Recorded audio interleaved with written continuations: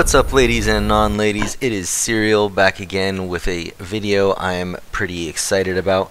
Been talking to you guys a little bit about the Garo stuff that I've got going on, and I've been playing with this dude for about a week and a half now, and I am pretty much set in what I'm going to be doing with him, and you guys should be able to do some of the same stuff if you're so inclined. Now, first off, right when this guy got his buff, there were a couple videos that popped out of him soloing Dragons 10. The problem with that is that not only are they using insane runes, but the success rate is super garbage. I think they were saying 30, 40-ish%, which is cool to, I guess, waste energy, but it's a total waste of energy. No good reason to be doing that. I was very intrigued though, and I've been playing with this dude, and I've got him into a very stable farming team for almost all of Kairos. These three right here, call it Team Guild War plus Garo, is amazing at 3-manning D10. I've been running this more or less non-stop for somewhere between 7 and 10 days, something like that. These guys are bulletproof. Most runs, all three of them will survive, and they'll clear it right around 3 minutes. The problem that the Garo solo team has is Garo is very susceptible to death on the Zyro stage, and even with his two fire buddies here, Garo will still die occasionally on the Zyro stage. It does not ruin the run though. It'll add about a minute to the clear time, but if Garo dies fighting Zyros, Khmun and Fire Panda will finish the dungeon themselves perfectly fine. I've watched them do it probably 50-60 times by themselves. Like I said, I've been running this non-stop for the better part of a week, and it's rare that Garo dies, but when he does, the other two will usually make it to the end together. Now, what can also happen is Garo can die on Zyros, and Khmun can die occasionally to a tower revenge. The nice thing here is that Fire Panda will finish the dungeon by himself. If Khmun dies killing the left tower, Fire Panda will kill the right tower and the dragon by himself. And that adds less than a minute to the time. So on a full clear, you'll get right around 3 minutes even. When Garo dies on Zyros, the other two will 2-man it in 4 and change.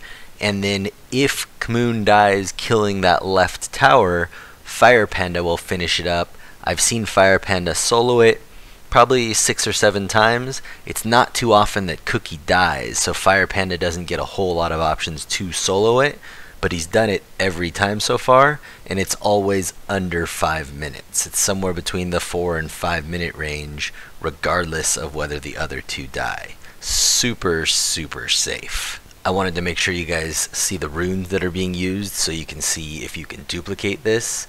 And then I've got screenshots from the mishap runs. This is a run where Garo died on Zyros. You see only the 2 of them alive. And then this is a run where Garo died on Zyros, and then Khmun dies to a left tower, and the Fire Panda finishes it out from there.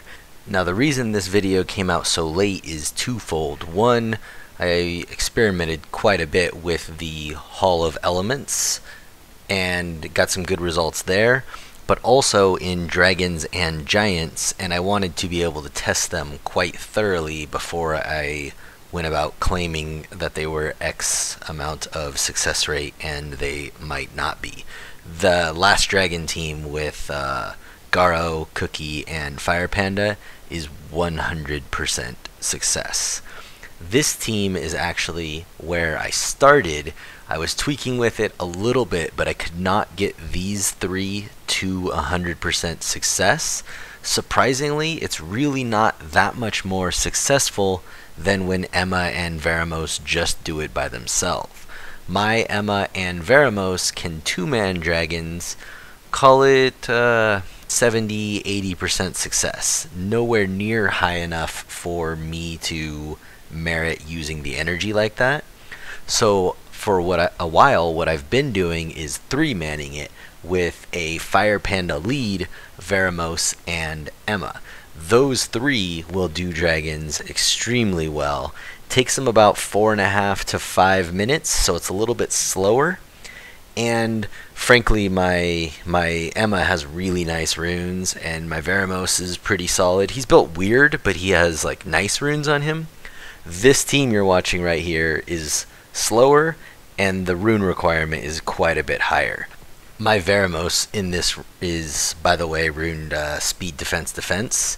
I purposely wanted him low on hit points because he will, or runed conventionally, he would die to a tower kill revenge quite frequently, and Emma's bubble just works a lot better on low hit point, high defense targets.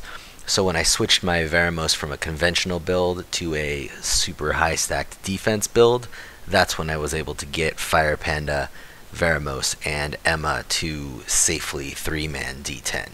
The downside, of course, being that my Veromos is garbage in arena defense because he's got like 15,000 hit points. Lushens will murder face him. He's also got like 2,500 defense or some crazy number. So he's super tanky. He just doesn't have any hit points. He can't go on an AD, or can't reliably go on an AD if you hope to not get Lushens. But I was pretty happy with these 3, or with my old 3 of Fire Panda, Veromos, and Emma. I have abandoned that team, and I am all about Team Fire with Garo, Khmun, and Fire Panda. About a minute faster and super, super reliable. Now, I told you I had been messing around with Garo a lot in all of the Kairos dungeons, Giants, Dragons, and all the element runs, and I've had really good success in most of them. Some he is very safely able to 2-man, and some require 3 people. I like both of those options though, because I love the idea of leveling fodder while getting runes and essences. I've almost fully skilled 2 Lushens for free, just running fodder, the fusion fodder, through my Dragon's 10 team. So much more pleasant for me to fuse all the billion JoJos because it feels like I'm getting them for free because I'm not spending energy running a Chiruka or something like that to level them up. Now I'm going to run you through my experience with Garo doing the other Kairos dungeons. Surprisingly, Hall of Water is one of the ones he's best at. I think he pretty much needs garbage runes to do it, because my Garo and my Fire Panda just destroy this dungeon. It seems weird, and it's going to seem more weird because Hall of Water is one of the ones he's best at, and Hall of Wind is one of the harder ones. I spent quite a lot of time screwing around with Hall of Wind because they have those stupid multi-hits on the crystals, and it was actually quite problematic to get a solid Hall of Wind team. But Hall of Water came very easily. I tried him by himself, and it's not 100%.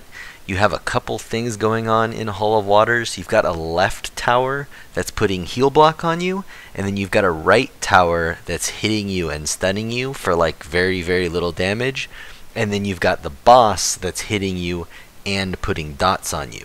And if you get unlucky, you can have a heal block on you for a couple turns, let your life get low, get a dot on you, get hit by the boss, and then get hit by the tower, and it can knock you out. So I went ahead and abandoned the Garo soloing Water 10 plan and stuck a Fire Panda in there.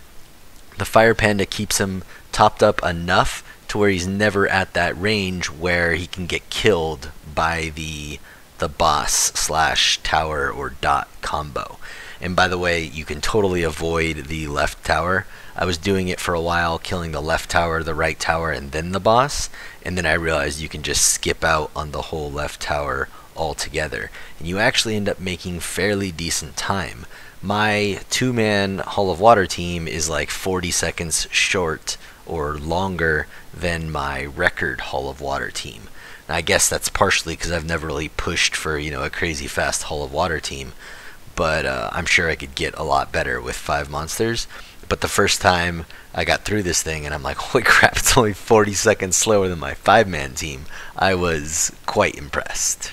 It's also pretty fun to see the Fire Panda hit this water boss for 12 billion life. He's got like no crit damage or anything on him, and he can still hit for right there. It's like 40k per hit on his super nuke. It's kind of cool to see. But most of the damage is really being done from the dots. That's how you're killing that guy. So you see 2.5 minute clear. My record's $140. Not too shabby at all. Now, Wind Guardian, I was expecting to go in that with Garo and just shit all over the place, thinking, oh, I got color superiority, no problem. And this, you see how they do these huge multi-hits right here. What'll end up happening is on one of the waves, you'll end up just getting the timing off and they'll bypass through the passive. Whoa, what is going on with my video? Okay, I think this is settling out. Alright, so I ran it by himself and he just got shit on.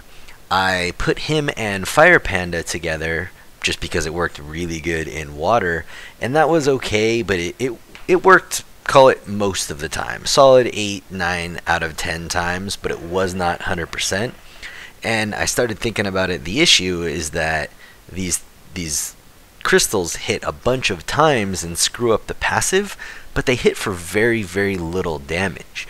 So I take a Khmun with the Fire Garo, and you'll see it works super well. Most of the time they don't even break the damn shield. Like, so 3 crystals hit him in that same bubble and didn't break the bubble. And it's just glorious. These two counter this dungeon super, super well. I almost gave up here after he couldn't solo it, and then I put a Fire Panda on him and it wouldn't solo it, and then I put an Emma in here with him thinking, oh, the Emma bubble will work. And it would work most of the time, but if you got bad timing on an Emma bubble, they could still kill the Garo. I ran this a bunch with these two. This is a 100% clear team. These two will do this 40 billion times out of 40 billion times.